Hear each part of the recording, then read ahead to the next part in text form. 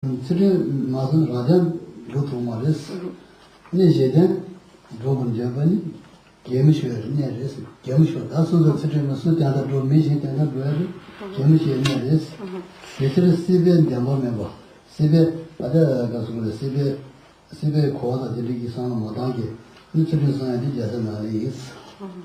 This is Sibe Jamameva. Dans la strophe suivante, il est dit que sans la pratique de l'éthique, on ne peut pas accomplir son propre bien. Donc, si on ne peut pas accomplir son propre bien, prétendre vouloir accomplir le bien des autres alors qu'on n'a pas d'éthique, cela prête à rire. Donc, cela est véritablement comme une farce de prétendre que l'on veut accomplir et que l'on va accomplir le bien des autres si on ne respecte pas l'éthique. Et donc, sans éthique, on ne peut déjà pas accomplir son propre bien, donc comment accomplir le bien des autres? C'est pourquoi donc il est dit que observer une discipline, encore une fois sans motivation mondaine, donc sans penser aux bienfaits que cela pourrait nous apporter, mais en ayant toujours à l'esprit cet esprit d'éveil et le bien d'autrui, c'est agir en bodhisattva. Donc,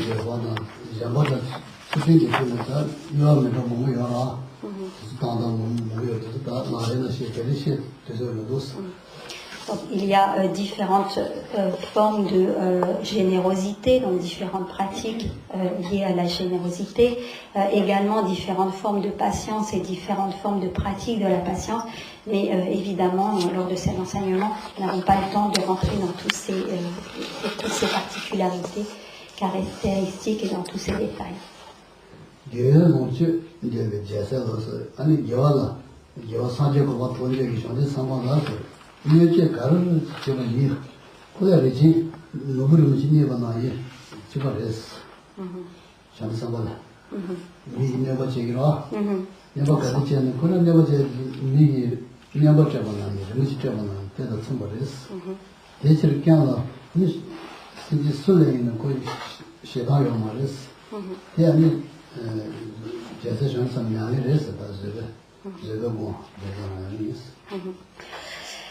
Ensuite, donc, il est expliqué que les bodhisattvas agissent de manière équanime et n'ont pas une attitude différente entre les êtres, donc quel que soit le comportement de ces êtres en question. Donc, en fait, s'ils pratiquent même vis-à-vis des personnes qui sont hostiles, donc qui cherchent à leur nuire, les bodhisattvas considèrent ces personnes comme un trésor inestimable, car ceux qui veulent leur nuire sont comme des occasions de s'exercer, de pratiquer la patience. Et donc c'est pourquoi il est dit que les fils de vainqueurs qui souhaitent connaître les joies de la vertu considèrent toute personne hostile comme un trésor inestimable. En effet, s'exercer à la patience sans garder de ressentiment, c'est agir en bodhisattva.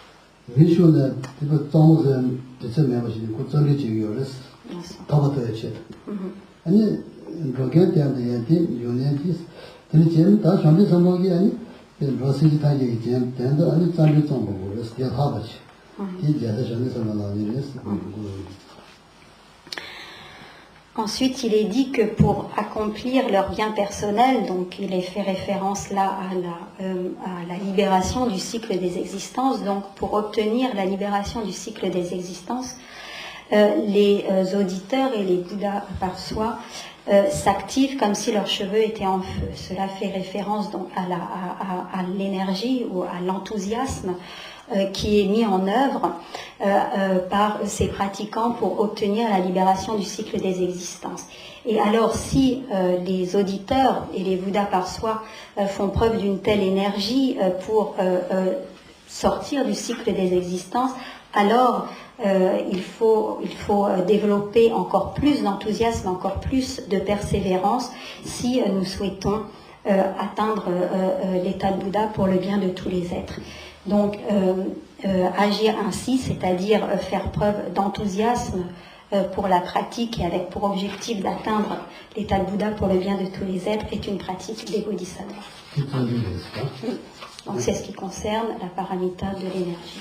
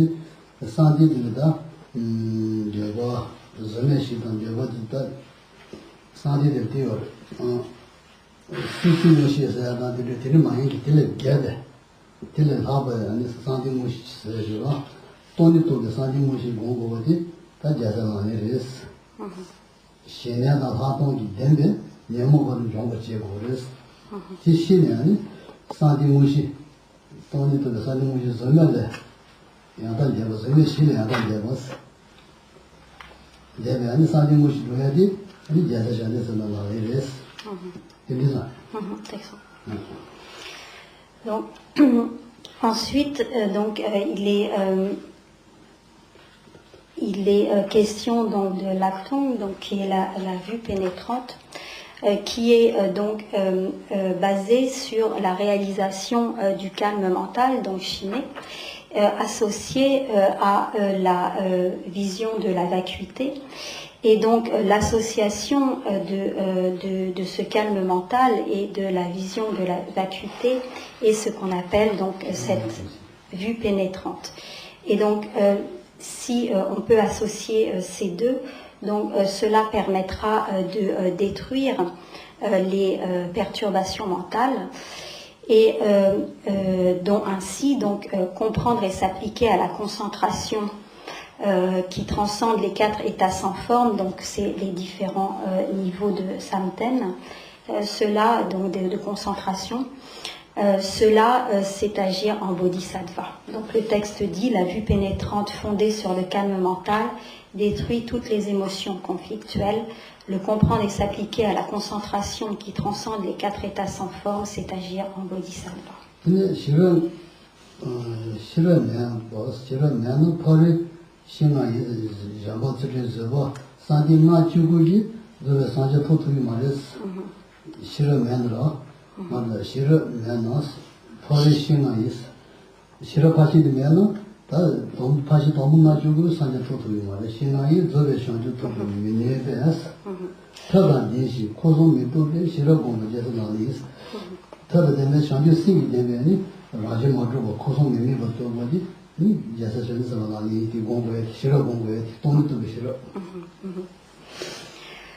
Il est dit ensuite que sans la sagesse suprême, l'exercice des 5 autres paramitas ne peut conduire à l'éveil parfait. Donc en fait, afin d'obtenir l'état de Bouddha, il convient de s'exercer à l'ensemble des 6 paramitas. Et sans la sagesse suprême, même si on s'entraîne aux 5 autres paramitas, on ne pourra pas atteindre l'éveil. Donc il faut véritablement s'exercer à l'ensemble des 6 paramitas. Donc il est dit, sans la sagesse suprême, l'exercice des 5 autres paramitas ne peut conduire à l'éveil. Ensuite, il faut donc cultiver la sagesse suprême en comprenant la vacuité du sujet, la vacuité de l'objet de l'action et la vacuité de l'action elle-même, donc ces 3 vacuités, et associer également cette pratique aux moyens habiles, c'est-à-dire l'amour et la compassion, et se comporter ainsi, donc agir ainsi, c'est agir en bodhisattva. Donc la deuxième partie de la strophe est traduite de la sorte: cultiver la sagesse suprême libre des concepts de sujet, d'objet et d'action. Et l'associer aux moyens habiles, c'est une pratique ou c'est agir en bodhisattva.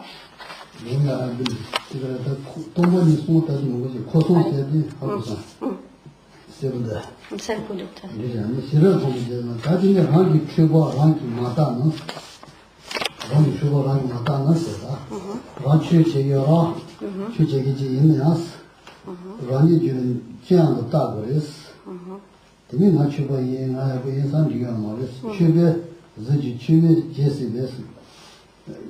Chupa yindu je gira. Chupa ma yin chupa yindu je jesi res. Raji nyamul ma tam deshe jenda rangi chupa la ta nya pon jesa la yin sta. Ensuite, il est dit qu'il est important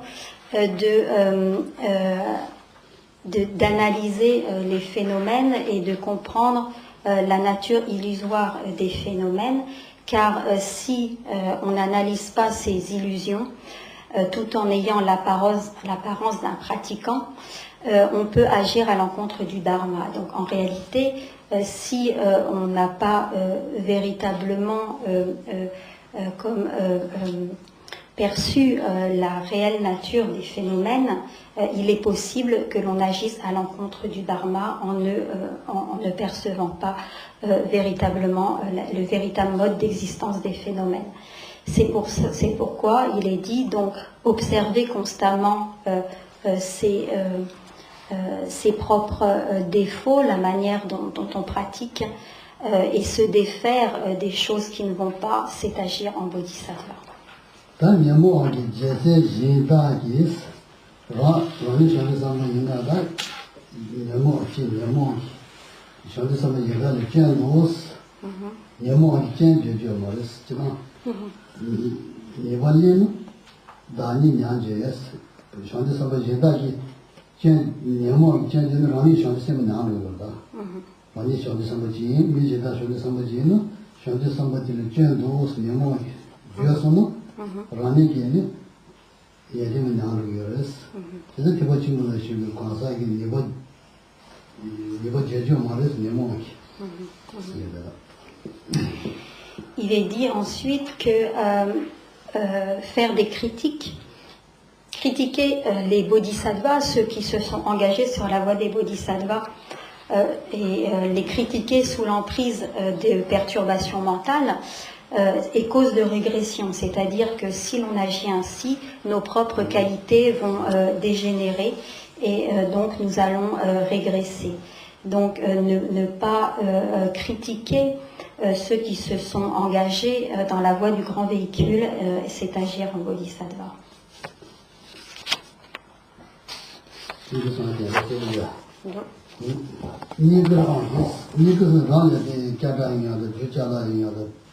Le chess ou ni ko angis pezi zuen de ji pezi mi zue ji ni je ya ni ba ki san go so mo nya yi res naso de lo yan ji za xi rang ji du gu pang mo bi de rang ji yan da de zo de ni chen bo de le cha bo pang go res ti ya da na li yin se da de.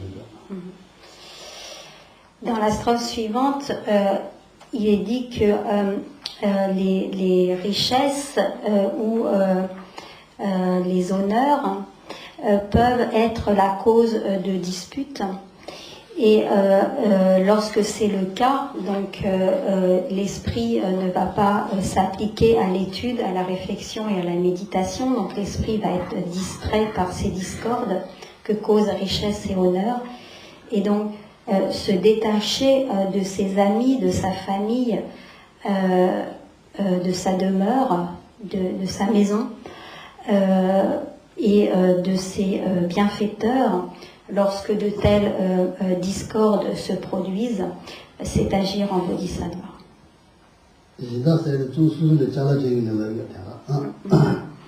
Et lorsque l'on dit les bienfaiteurs, cela peut faire référence Jinda, des gens qui nous procurent des vivres ou ce genre de choses.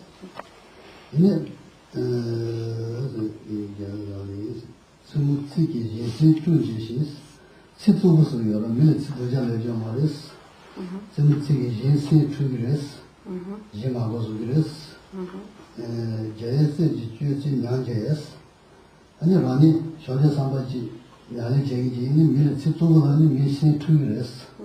왕이 상대상에 야는 야기레스. 대신에 제지 이든 명의 집중 명화스.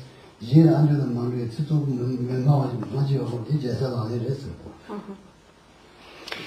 Donc, lorsque l'on a un langage lorsque l'on dit des mots durs, des mots blessants aux autres, donc lorsque l'on s'exprime de telle façon que cela peut blesser les autres parce qu'on utilise des mots durs, cela trouble l'esprit d'autrui et cela fait comme dégénérer notre conduite si nous sommes engagés sur la voie des bodhisattvas. Donc éviter les paroles blessantes, les paroles déplaisantes, c'est agir en bodhisattva.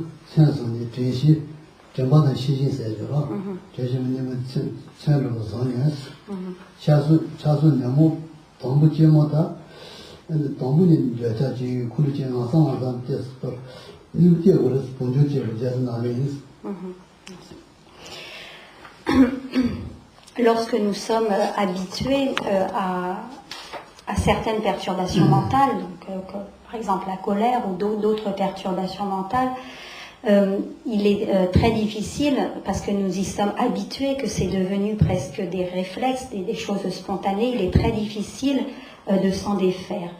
Et pour nous aider à nous en défaire, il est important d'appliquer la mémoire et la vigilance pour que cela serve d'antidote et pour pouvoir être en mesure d'annihiler les perturbations mentales dès qu'elles surgissent.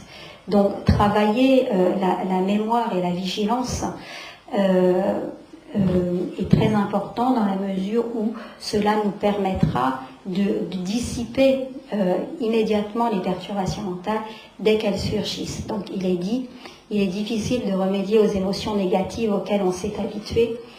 Aussi attentif et vigilant, saisir l'arme des antidotes pour les annihiler à l'instant même où elles surgissent, c'est agir en bodhisattva.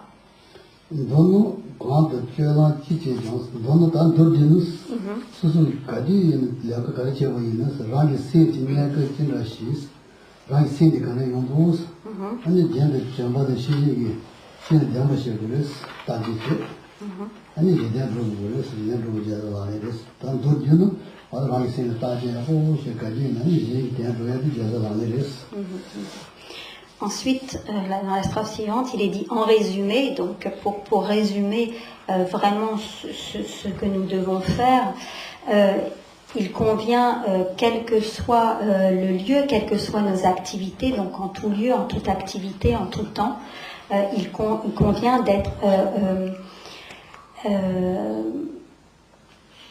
extrêmement vigilant de son état d'esprit et de mettre toujours en pratique la mémoire et la vigilance, et grâce aux moyens de la mémoire et de la vigilance, de rectifier nos états d'esprit et donc de nous améliorer en permanence. Donc il est dit en bref, où que ce soit et en toute activité, être conscient de son état d'esprit du moment et accomplir le bien des autres avec une attention et une vigilance constante, c'est agir en bodhisattva.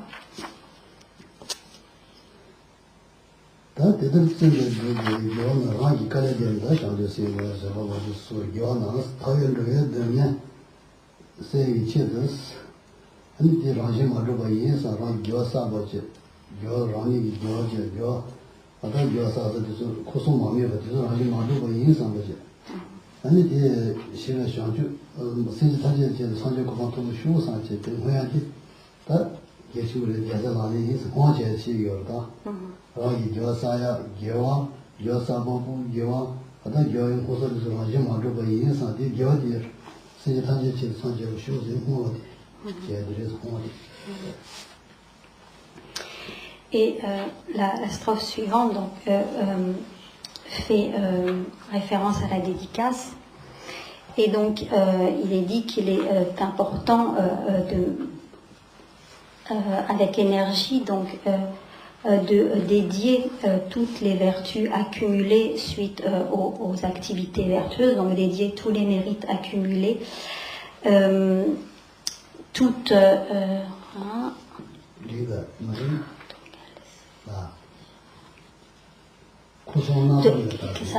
Dungel Selwechir.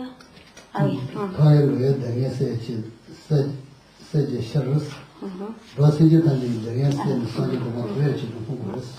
Et donc cela, nous devons le faire avec la motivation, donc cette dédicace de tous les mérites accumulés, nous devons le faire avec la motivation de pouvoir dissiper toutes les souffrances infinies de tous les êtres. Et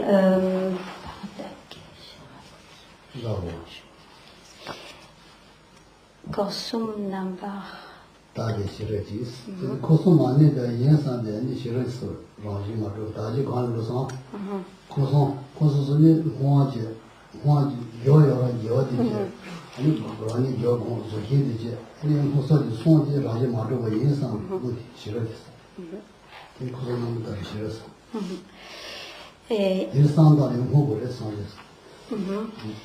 Et donc, agir ainsi, donc, c'est agir en bodhisattva, donc dédié à l'éveil les mérites acquis, en persévérant dans ses pratiques, tout en restant dans l'état de sagesse libre des concepts de sujet, d'objet et d'action, afin de dissiper la souffrance de l'infinité des êtres, c'est agir en bodhisattva.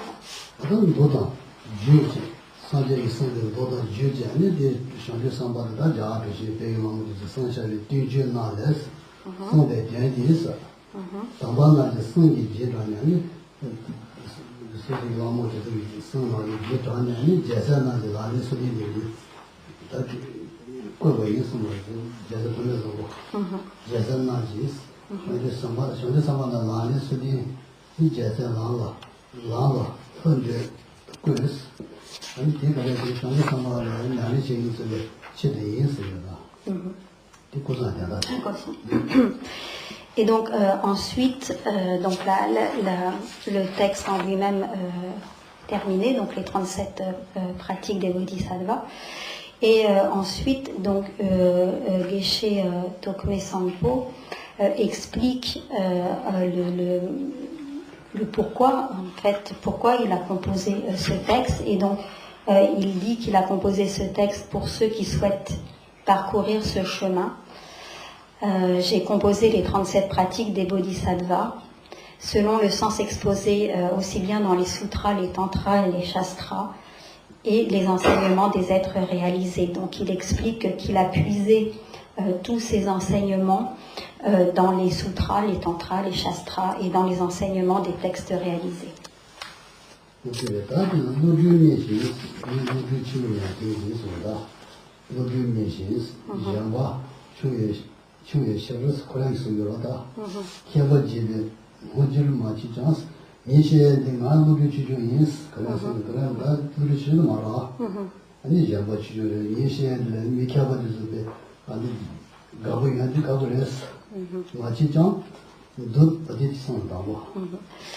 Et donc ensuite, donc, ce Geshe, par humilité, explique qu'il n'a pas beaucoup d'intelligence, que son intelligence est très médiocre, que ses connaissances sont également très faibles.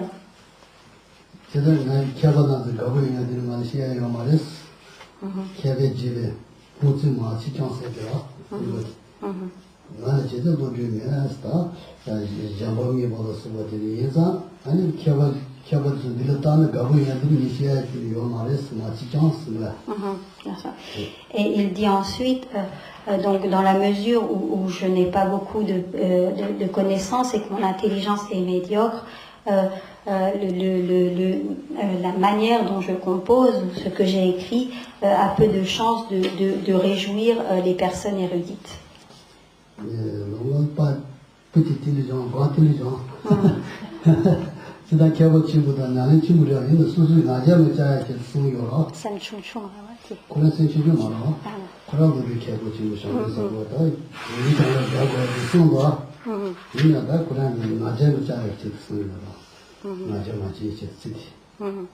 Et en fait, donc, on sait très bien que qu'il s'agissait d'un geshe extrêmement érudit, avec une très grande intelligence et de grandes connaissances.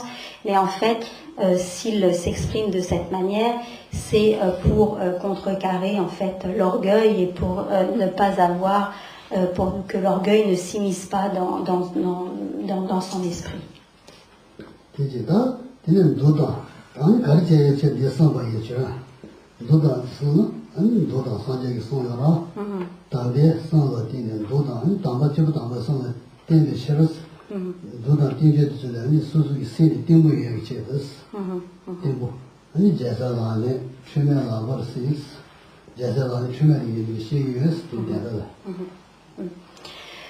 Ensuite, il dit, mais dans la mesure où ce qui a été composé repose sur les sutras et sur les paroles parfaites des maîtres, dans cette mesure, il s'agit bien là des pratiques de bodhisattva. Donc ces pratiques qui ont été exposées ne contiennent pas d'erreurs. Il s'agit véritablement des pratiques des bodhisattvas. Donc ce qu'il dit en résumé, même si, donc par humilité, il dit même si je n'ai pas l'habileté ou l'intelligence ou l'érudition requise, comme je m'appuie sur les sutras et sur les paroles parfaites des maîtres, paroles des maîtres réalisées, ce qui est enseigné ici dans ces 37 pratiques des bodhisattvas constitue véritablement les pratiques des bodhisattvas.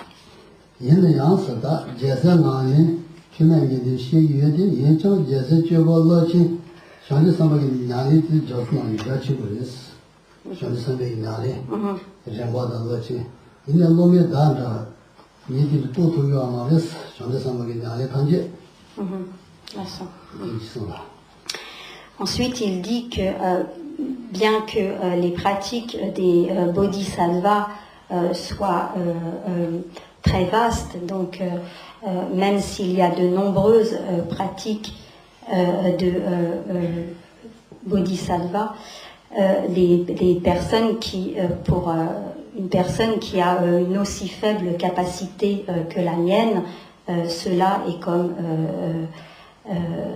cela est difficile. Donc, bien que les pratiques des bodhisattvas soient très vastes, pour une personne avec une aussi faible capacité que la mienne, cela est difficile de toutes les mettre en pratique.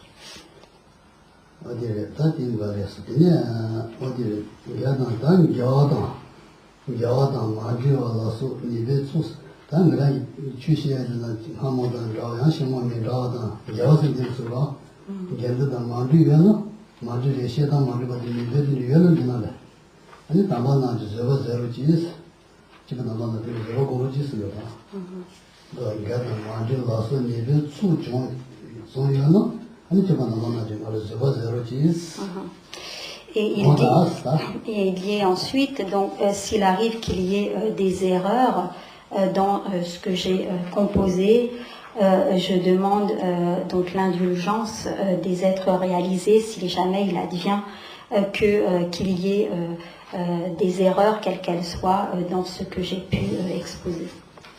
Donc,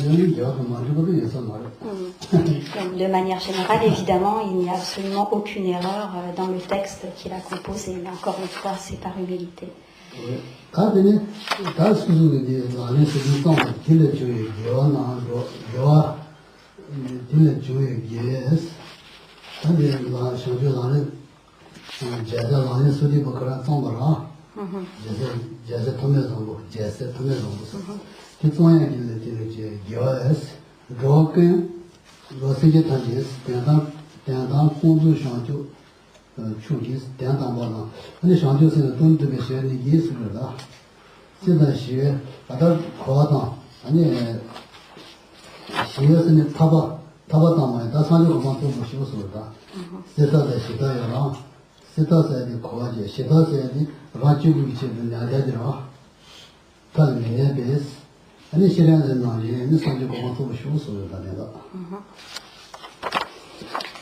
可能你上学你了解了，现在今年你点了上学生的工作上的声音，第二个物业公平主义，反正是的现在的真的上学工作不舒服，现在是哪些？ Et ensuite, donc la dernière strophe est la dédicace par rapport aux mérites qui ont été accumulés grâce à la composition de ce texte. Et donc, il dit par les mérites accumulés grâce à la composition de ce texte, et grâce à l'esprit d'éveil relatif et absolu, puissent tous les êtres devenir semblables au protecteur Avalokiteshvara qui réside au-delà des extrêmes du samsara et du nirvana. 那现在是这个老师也在现在这个从修饰的，现在这个从修，想到不记得从日本啊，都从商家的从是要让那个要，这个从现在这个学过了。Et donc il a fait une prière afin que les êtres puissent devenir semblables à Chenrezi, donc à Avalokiteshvara, donc qu'ils puissent atteindre cet état. Donc c'est terminé. Mais la pratique n'est pas terminée.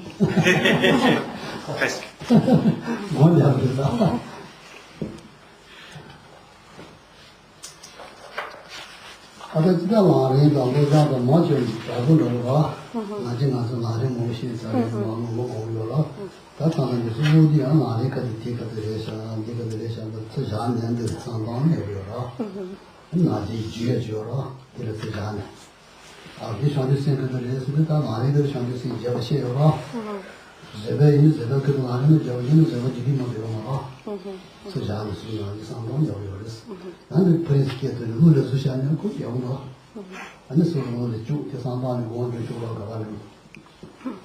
Donc, de manière générale, il y a de nombreux lamrim ou de nombreux textes pour expliquer la voie progressive ou le lojong, l'entraînement de l'esprit.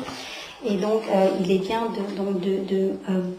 de réfléchir à ces textes, même on peut considérer qu'ils se ressemblent.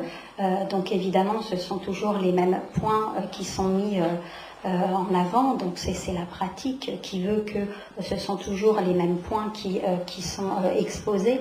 Mais les différentes manières dont ils sont exposés, dont ils sont présentés, aident notre esprit donc à progresser.